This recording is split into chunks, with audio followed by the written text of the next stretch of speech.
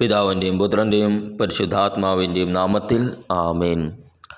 സർവശക്തനും കാരുണ്യവനുമായ ദൈവമേ, ആത്മാവിൽ നിറഞ്ഞു കവിയുന്ന ആനന്ദത്തോടെ ഈ പ്രഭാതത്തിലും ഇടവിടാതെ ഞങ്ങൾ ഉദ്ഘോഷിക്കുന്നു. ആയിരുന്നവനും ആയിരിക്കുന്നവനും വരാനിരിക്കുന്നവനും സർവശക്തനും ദൈവവുമായ കർത്താവ് പരിശുദ്ധൻ, പരിശുദ്ധൻ, പരിശുദ്ധൻ. ജീവിതത്തിൽ ചിലപ്പോഴെങ്കിലും കയ്യിലുള്ള താലന്തുകൾ വേണ്ടവിധം ഉപയോഗിക്കാതെ ഉള്ളതുപോലും നഷ്ടപ്പെടുത്തിയ അവിശ്വസ്തനായ കാര്യസ്ഥനെ പോലെയാണ് ഞങ്ങളും.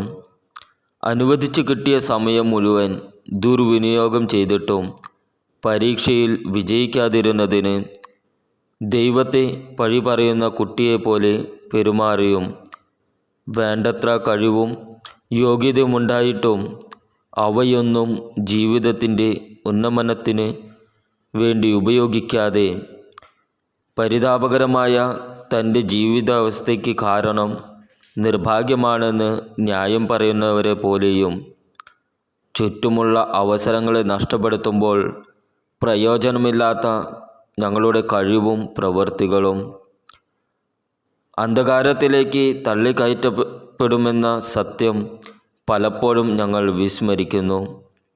എൻ്റെ ഈശോയെ, അസാധ്യങ്ങളുടെ മുമ്പിൽ നിസ്സംഗതയോടെ മുട്ടുമടക്കാതെ എല്ലാം സാധ്യമാക്കുന്നവനിൽ വിശ്വാസമർപ്പിച്ചുകൊണ്ട് പ്രത്യാശയോടെ ഉചിതമായി പ്രവർത്തിക്കുവാൻ ഞങ്ങളെ സജ്ജരാക്കണമേ.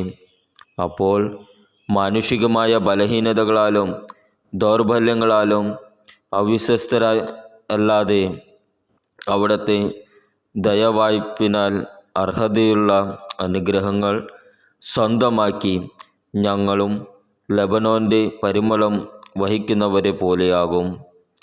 പരിശുദ്ധ മാതാവേ, ഞങ്ങൾക്ക് വേണ്ടി പ്രാർത്ഥിക്കണമേ. ആമേൻ. സ്വർഗസ്ഥനായ ഞങ്ങളുടെ പിതാവേ, അങ്ങയുടെ നാമം ഉചിതമാകണമേ. അങ്ങയുടെ രാജ്യം വരണമേ. അങ്ങയുടെ തിരുമനസ് സ്വർഗത്തിലെ പോലെ ഭൂമിയിലുമാകണമേ. അന്നു വേണ്ട ആഹാരം ഇന്ന് ഞങ്ങൾക്ക് തരണമേ. ഞങ്ങളുടെ കടക്കാരോട് ഞങ്ങൾ ക്ഷമിച്ചിരിക്കുന്നത് പോലെ ഞങ്ങളുടെ കടങ്ങളും പാപങ്ങളും ഞങ്ങളോട് ക്ഷമിക്കണമേ. ഞങ്ങളെ പ്രലോഭനത്തിൽ ഉൾപ്പെടുത്തരുത്, തിന്മയിൽ നിന്ന് ഞങ്ങളെ രക്ഷിക്കണമേ. ആമേൻ. നന്മ നിറഞ്ഞ മറിയമേ, സ്വസ്തി, കർത്താവ് അങ്ങയുടെ കൂടെ സ്ത്രീകളിൽ അങ്ങ് അനുഗ്രഹിക്കപ്പെട്ടവളാകുന്നു. അങ്ങയുടെ ഉദരത്തിൻ്റെ ഫലമായ ഈശോ അനുഗ്രഹിക്കപ്പെട്ടവനാകുന്നു. പരിശുദ്ധ മറിയമേ, തമ്പുരാൻ്റെ അമ്മേ, പാപികളായ ഞങ്ങൾക്ക് വേണ്ടി എപ്പോഴും ഞങ്ങളുടെ മരണസമയത്തും തമ്പുരാനോട് അപേക്ഷിക്കണമേ. ആമേൻ. പിതാവിനും പുത്രനും പരിശുദ്ധാത്മാവിന് സ്തുതി, ആദ്യയിലെ പോലെ ഇപ്പോഴും എപ്പോഴും എന്നേക്കും. ആമേൻ. ക്രിസ്തുവിലുള്ള പ്രിയപ്പെട്ട സഹോദരി സഹോദരന്മാരെ, ഇന്നത്തെ ദൈവവചനം വിശുദ്ധ യോഹന്നാൻ എഴുതിയ സുവിശേഷം 8-ാം അധ്യായം 31 മുതൽ 42 വരെയുള്ള വാക്യങ്ങൾ. തന്നിൽ വിശ്വസിച്ച യഹൂദരോട് യേശു പറഞ്ഞു, എൻ്റെ വചനത്തിൽ നിലനിൽക്കുമെങ്കിൽ നിങ്ങൾ യഥാർത്ഥത്തിൽ എൻ്റെ ശിഷ്യന്മാരാണ്. നിങ്ങൾ സത്യം അറിയുകയും സത്യം നിങ്ങളെ സ്വതന്ത്രരാക്കുകയും ചെയ്യും. അവർ അവനോട് പറഞ്ഞു, ഞങ്ങൾ അബ്രാഹത്തിൻ്റെ സന്തതികളാണ്. ഞങ്ങൾ ഒരിക്കലും ആരുടെയും അടിമകളായിരുന്നിട്ടില്ല. പിന്നെ എങ്ങനെയാണ് നിങ്ങൾ സ്വതന്ത്രരാക്കപ്പെടും എന്ന് നീ പറയുന്നത്? യേശു പ്രതിവചിച്ചു, സത്യം സത്യമായി ഞാൻ നിങ്ങളോട് പറയുന്നു, പാപം ചെയ്യുന്നവൻ പാപത്തിൻ്റെ അടിമയാണ്. അടിമ എക്കാലവും ഭവനത്തിൽ വസിക്കുന്നില്ല, പുത്രനാകട്ടെ എക്കാലവും വസിക്കുന്നു. അതുകൊണ്ട് പുത്രൻ നിങ്ങളെ സ്വതന്ത്രരാക്കിയാൽ നിങ്ങൾ യഥാർത്ഥത്തിൽ സ്വതന്ത്രരാകും. നിങ്ങൾ അബ്രാഹത്തിൻ്റെ സന്തതികളാണെന്ന് എനിക്കറിയാം. എന്നിട്ടും നിങ്ങൾ എന്നെ കൊല്ലാൻ ആലോചിക്കുന്നു. കാരണം എൻ്റെ വചനം നിങ്ങളിൽ വസിക്കുന്നില്ല. എൻ്റെ പിതാവിൻ്റെ സന്നിധിയിൽ കണ്ടവയെപ്പറ്റി ഞാൻ സംസാരിക്കുന്നു.